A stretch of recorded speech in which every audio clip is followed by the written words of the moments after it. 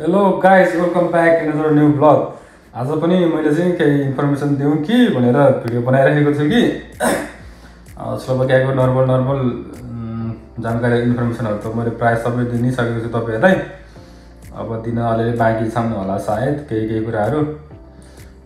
आज चाहिँ मैले खास गरी चाहिँ अब यहाँ स्लोभाकियामा त आइन्छ, अब कोही एजेन्ट मार्फत आइन्छ, कोही आफ्नै साथीभाइ मार्फत आइन्छ, कोही चाहिँ अब यो प्राइभेट कम्पनीमा एजेन्टले त्यसरी लिएर आउँछ भने कसैको वर्क पर्मिट कम्पनीको, कसैको चाहिँ एजेन्टले आफ्नै वर्क पर्मिटबाट पनि लिएर आउनको लागि चाहिँ। अनि त्यो अवस्थामा चाहिँ अब कसैको चाहिँ टिआरसी बन्ने कसैको नबन्ने हुन्छ नि त। अब एजेन्टले बनाइदिन मान्दैन, कसैको 3-4वटा इन्टरभ्यू दिँदाखेरि पनि पास हुँदैन, फेल हुन्छ। अनि त्यसपछि एजेन्टले खासै बनाइदिनु खोज्दैन कि यो टिआरसी कम्पनीले त झन् तपाईँले इन्टरभ्यू नै फेल भइसकेर अनि तपाईँको त्यही कम्पनीको वर्क पर्मिट छ भने पनि खासै बनाइदिन मान्दैन कि, किनभने उनीहरूले त निकालिदिइसकेको हुन्छ कामबाट। अनि किन फेरि बेकारमा उसको के अरे डकुमेन्ट बनाएर आफू चाहिँ पछि तपाईँले केही झमेला गर्नुभयो भने त कम्पनीको नाममा अनि अथवा कम्पनीमा पुलिसले अथवा इमिग्रेसनको अफिसरहरूले सोधपुछ गर्छ नि त। त्यही भएर खासै बनाइदिँदैन। त्यस्तो अवस्थामा चाहिँ के गर्न सकिन्छ त भन्ने एउटा उपाय चाहिँ मैले यसो रिसर्च गरेको थिएँ। अनि त्यही कुरा चाहिँ म तपाईँहरूलाई बताउँदैछु। त्यसको लागि चाहिँ तपाईँलाई कि त स्लोभाकियन भाषा आउनु पऱ्यो कि भने इङ्ग्लिस चाहिँ प्रोपरली बोल्न आउनु सक्ने हुनु पऱ्यो तपाईँलाई। अब इङ्ग्लिस बोल्न आउँदैन, स्लोभाकियन भाषा पनि आउँदैन भने चाहिँ अलिकति गाह्रै हुन्छ। गाह्रो चाहिँ तर तै पनि ट्रान्सलेट गरेर पनि बुझ्न चाहिँ सकिन्छ है। अब नेपालीमा लेखेर अथवा नेपालीमा बोलेर स्लोभाकियन भाषामा ट्रान्सलेट गर्न पनि सक्यो, नभए इङ्ग्लिसमा पनि गर्न सक्यो है। त्यसको लागि चाहिँ के गर्नुपर्छ त भन्दाखेरि अब यो स्लोभाकियामा पनि के हुन्छ त भन्दाखेरि यो आइओएम भन्छ सर्टकटमा चाहिँ, इन्टरनेसनल अर्गनाइजेसन अफ हो कि फर हो माइग्रेसन भन्ने छ क्या सर्टकटमा। यो चाहिँ राष्ट्रसङ्घ अन्तर्गतको एउटा अर्गनाइजेसन हो। यसले चाहिँ के काम गर्छ त भन्दाखेरि नेपालमा चाहिँ भुटानी शरणार्थी, तिब्बती शरणार्थीहरूलाई यसले गर्ने सपोर्ट गर्ने यता गर्थ्यो भने युरोपतिर पनि शरणार्थी मात्रै गर्छ भन्ने बुझाइ चाहिँ प्रायः धेरैजनाको छ। तर त्यो चाहिँ होइन है, त्यो चाहिँ गलत हो।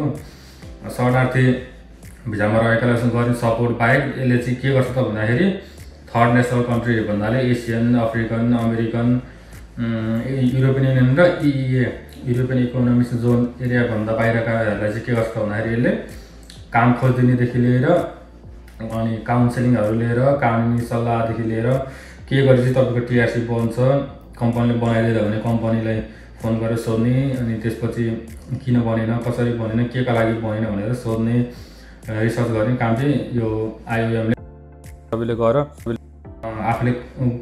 आफैले खोज्नु चाहिँ पऱ्यो है। तपाईँको आफ्नो नजिक कुन ठाउँमा छ त्यहाँ गएर यदि तपाईँको कम्पनीले बनाइदिन्छु अब तेरो चाहिँ 7 महिना 8 हुन्छ तेरो भन्दै पनि तपाईँहरू जान्ने भएर जानुभयो भने चाहिँ भोलि कम्पनीले तपाईँलाई कामबाट पनि निकाल्देला अथवा एजेन्सीले निकाल्देला, रेस्पोन्स नगर्ला, पछि घर न घरको हुनु होला। यदि तपाईँको कम्पनीले चाहिँ टिआरसी बनाइदिँदैन 9 महिना 10 महिना बितिसक्यो र पनि टिआरसी बनाउने जागरुकता पनि देखाउँदैन, डेट सेट पनि लिँदैन, केही पनि गरिदिँदैन भने त्यस्तो अवस्थामा र अनि अर्को तपाईँलाई चाहिँ कम्पनीले काम पनि दिएन, एजेन्टले काम पनि दिएन, मेरो घरबाट रुमहरू निस्केर जा भनेर त्यस्तो भनेको अवस्थामा चाहिँ तपाईँले आइओएम अफिसमा गएर बुझ्न सक्नुहुन्छ। त्यहाँ गएर मलाई चाहिँ कम्पनीले यसरी वर्क पर्मिट लिएर आएर यसरी टिआरसी बनाइदिन्छ भनेर भनेको थियो भनेर तपाईँसित चाहिँ केही अब प्रुफ हुन्छ नि त, प्रुफ हुने डकुमेन्टहरू केही छ भने त्यो डकुमेन्ट अथवा म्यासेजहरू छ भने अथवा केही छ भने चाहिँ त्यो सहित लिएर गएर तपाईँले चाहिँ आइओएम अफिसमा गएर भन्न सक्नु पऱ्यो मेरो चाहिँ एजेन्सीले अथवा कम्पनीले यस्तो गरिदिन्छ भनेको थियो तर अहिलेसम्म गर्दैन, अनि मलाई चाहिँ उल्टै कम्पनीबाट निकालिदियो, कम्पनीको होस्टेलबाट पनि निकालिदियो, अहिले म बस्ने ठाउँ पनि छैन, केही पनि छैन भन्नुभयो। त्यहाँ गएर भने चाहिँ तपाईँलाई बस्ने व्यवस्था पनि मिलाइदिनु सक्छ है। त्यस्तो अवस्थामा चाहिँ यदि तपाईँसित पैसा छैन भने चाहिँ है त, यदि पैसा छ भने चाहिँ तपाईँले आफ्नै पैसामा रुम खोजेर बस्नु पऱ्यो। अनि त्यसपछि आइओएम अफिसले के गर्छ त भन्दाखेरि तपाईँलाई चाहिँ काउन्सिलिङ गर्छ, तपाईँले कस्तो काम गर्न मिल्छ, के कानुनी उपचार गर्न पाउन सक्नुहुन्छ भन्ने कुराको जानकारी दिन्छ। अनि प्लस तपाईँलाई चाहिँ इङ्ग्लिसबाट हुन्छ कि स्लोभाकियन भाषाबाट हुन्छ, अब तपाईँलाई कुनबाट चाहिँ इजी हुन्छ त्यो भाषामा चाहिँ उनीहरूले इन्टरभ्यूको लागि पनि प्रिपेरेसन गर्नुहुन्छ है त। त्यसको लागि चाहिँ तपाईँले कि त इङ्ग्लिस जानेको हुनु पऱ्यो कि भने स्लोभाकियन भाषा जानेको हुनु पऱ्यो है। नत्र भने यहाँ युक्रेनियन र रसियनहरूको लागि चाहिँ उनीहरूको पनि ग्रुप मिलेको अवस्थामा चाहिँ उनीहरूलाई चाहिँ उनीहरूकै आफ्नै देशको भाषामा सिकाउँछ भने यो हाम्रो अब थर्ड नेसन कन्ट्रीहरूलाई चाहिँ प्रायः इङ्ग्लिसबाटै इङ्ग्लिस भएन भने स्लोभाकियन भाषामा चाहिँ तपाईँलाई स्लोभाकियन भाषा आउँदैन भने इङ्ग्लिस चाहिँ प्रोपरली उनीहरूले बोल्छन् बुझ्छन् पनि है आइएम अफिसका स्टाफहरूले। अनि त्यो चाहिँ तपाईँले आफैले खोज्नु पऱ्यो। प्रायः चाहिँ पुलिस अफिसमा आइएमको अफिस पनि रहेको हुन्छ है, कुनै कुनै ठाउँमा चाहिँ, सबै ठाउँमा चाहिँ हुँदैन, लगभग कुनै कुनै ठाउँमा चाहिँ हुन्छ है। नत्र भने टर्नापा, ब्राटिस्लाभा, कोसिस यता ठुल्ठुला सिटीमा त जहाँ पनि पाउँछ ब्रान्चहरू हुन्छ आइएमको पनि। अनि त्यहाँ गएर चाहिँ तपाईँले बुझ्नुभयो भने चाहिँ यदि तपाईँको टिआरसी कम्पनीले बनाइदिन्न भनेको छ अनि अथवा तपाईँलाई चाहिँ पछि अब नेपालबाट डिपेन्डेन्ट ल्याउनु परेको छ, डिपेन्डेन्टको लागि के गर्नुपर्छ, के डकुमेन्टहरू चाहिन्छ भन्ने कुरा चाहिँ उनीहरूले चाहिँ निःशुल्क काउन्सिलिङ चाहिँ गराउँछ है त उनीहरूले चाहिँ। अनि प्लस अर्को के पनि छ भन्दाखेरि उनीहरूले चाहिँ वर्षमा 3-4 चोटि चाहिँ यो ल्याङ्ग्वेज क्लासको लागि चाहिँ फ्री ल्याङ्ग्वेज क्लासको लागि चाहिँ उनीहरूले के पनि गरेको हुन्छ त भन्दाखेरि टाइम दिएको हुन्छ कि तपाईँले चाहिँ अनलाइन फर्म भर्नुपर्छ अथवा आइएम अफिसमै गएर तपाईँले चाहिँ म चाहिँ यो टाइममा फ्री छु, यो टाइममा पढ्न आउँछु भनेर उनीहरूले हप्तामा 2 दिन अथवा 3 दिन त्यस्तो चाहिँ तपाईँलाई के गरेको हुन्छ त भन्दाखेरि ल्याङ्ग्वेज क्लासहरू पनि सञ्चालन गरेको हुन्छ। तपाईँ आफै सेल्फ गएर लिन सक्नुहुन्छ भने आइएम अफिस चाहिँ गएर नि पढ्न सक्नुहुन्छ भने, यदि तपाईँले त्यो सक्नुहुन्न भने चाहिँ उनीहरूले चाहिँ अनलाइनमा पनि अथवा जुम हुन्छ के हुन्छ अब भर्चुअल उसबाट चाहिँ उनीहरूले पढाइरहेका पनि हुन्छन् है त।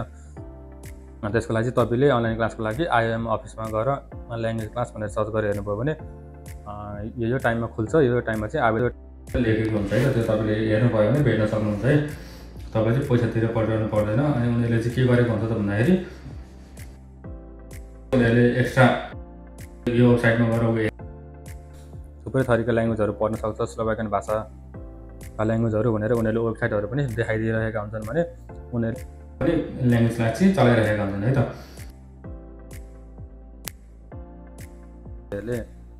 अनि त्यस्तै तपाईँहरूले काम चेन्ज गर्नु पऱ्यो भने अब एजेन्सी फेला पार्न सक्नु भएन भने त्यस्तो अवस्थामा पनि तपाईँ अब काम चेन्ज गर्दाखेरि चाहिँ के गर्न सकिन्छ, कसरी काम चेन्ज के गर्दाखेरि चाहिँ ठिक हुन्छ भन्ने कुरा चाहिँ काउन्सिलिङ पनि लिन सक्नुहुन्छ तपाईँहरू। त्यसको लागि तपाईँहरू आफै उपस्थित हुनुपर्छ है।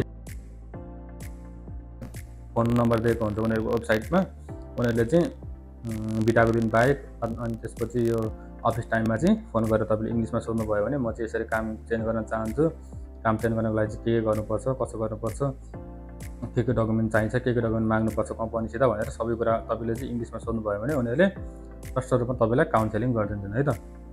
अथवा तपाईँको घरबाट रुमबाट नजिकै आइएमको अफिस छ भने त्यहाँ गएर पनि तपाईँले बुझ्न सक्नुहुन्छ। अनि त्यसपछि डिपेन्डेन्ट ल्याउनको लागि पनि के डकुमेन्ट चाहिन्छ, कसो चाहिन्छ भन्ने कुरा सबै कुरा उनीहरूले चाहिँ डिटेलमा तपाईँलाई बुझाउन सक्छन् है त, बुझाइदिन्छन् तपाईँलाई। त्यो आइएम अफिसमा जानुभयो भने है, यदि तपाईँले जानु भएन, लाज मान्नुभयो, अब डर मान्नुभयो, बोल्न आउँदैन, न मलाई समातेर पक्रेर नेपालमा फर्काइन्छ भन्ने डर मान्नुभयो भने चाहिँ त्यो बेलामा चाहिँ अब भन्न सकिँदैन है। नत्र भने तपाईँहरूले चाहिँ आइएम अफिस जानुभयो भने चाहिँ पुरै तपाईँहरूलाई चाहिँ के हुन्छ त काउन्सिलिङ गरिदिन्छन् उनीहरूले। अनि तपाईँहरूलाई जब खोज्नको लागि पनि हेल्प गर्छन्। अनि त्यसपछि इन्टरभ्यूको लागि पनि प्रिपेरेसन गराउँछ है उनीहरूले। त्यसको लागि चाहिँ तपाईँसित टाइम हुनु पऱ्यो है त, टाइम दिन सक्नु पऱ्यो तपाईँले उनीहरूलाई। त्यो भने चाहिँ तपाईँले ढुक्कसँगले काम पनि पाउन सक्नुहुन्छ फ्रीमा है। फ्रीमा यो पैसा गरी पनि लाग्दैन, सित्तैमा गर्छ है त उनीहरूले चाहिँ काउन्सिलिङ। अनि त्यसपछि अरू त त्यस्तै हो, तपाईँलाई अरू केही एक्स्ट्रा नलेजहरू जस्तै तपाईँलाई चाहिँ कम्पनीले स्यालेरी दिएको छैन भने त्यस्तो बेलामा पनि तपाईँले कम्प्लेन गर्न सक्नुहुन्छ।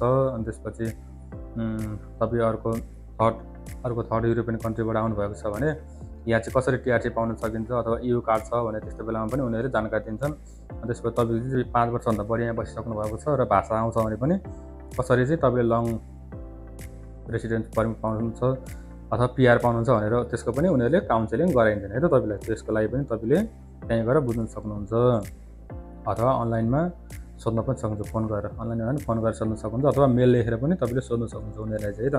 त्यसको लागि चाहिँ तपाईँलाई 1 रुपैयाँ पनि पैसा तिर्नु पर्दैन, फ्रीमा गरिदिन्छ उनीहरूले। त्यसको लागि चाहिँ तपाईँलाई इङ्ग्लिस आउनु पऱ्यो। यदि इङ्ग्लिस आउँदैन भने उनीहरूको डाइरेक्ट अफिसमा गएर बुझ्नुहुन्छ भने चाहिँ तपाईँले ट्रान्सलेट गरेर पनि सोध्न सक्नुहुन्छ। त्यसको लागि चाहिँ आफूले लाज मान्नु भएन, लाज मान्यो भने सिद्धिन्छ, सकिँदैन, त्यही हो भन्ने कुरा है त। तपाईँहरूलाई चाहिँ केही प्रब्लम परेको छ भने चाहिँ आइएम अफिसमा गएर बुझ्न सक्नुहुन्छ है त। ट्याक्सको बारेमा पनि बुझ्न सक्नुहुन्छ, अन्य जे जे हुन्छ तपाईँहरूको जस्तै बच्चाहरूको बेनिफिट आउँछ नि त बोनसहरू, त्यस्तोहरूको बारेमा पनि तपाईँले सबै बुझ्न सक्नुहुन्छ। सरकारी सेवाहरू के छ कस्तो छ भनेर यहाँ स्लोभाकियाको बारेमा ए टु जेड बुझ्न सक्नुहुन्छ है त आइएम अफिसबाट। तपाईँले उनीहरूको वेबसाइट खोलेर हेर्नुभयो भने पनि तपाईँलाई नलेजहरू चाहिँ अलिअलि मिल्छ है त। त्यही नै हो मैले भन्न सिकाउनु खोजेको आज है त। ल बाई बाई।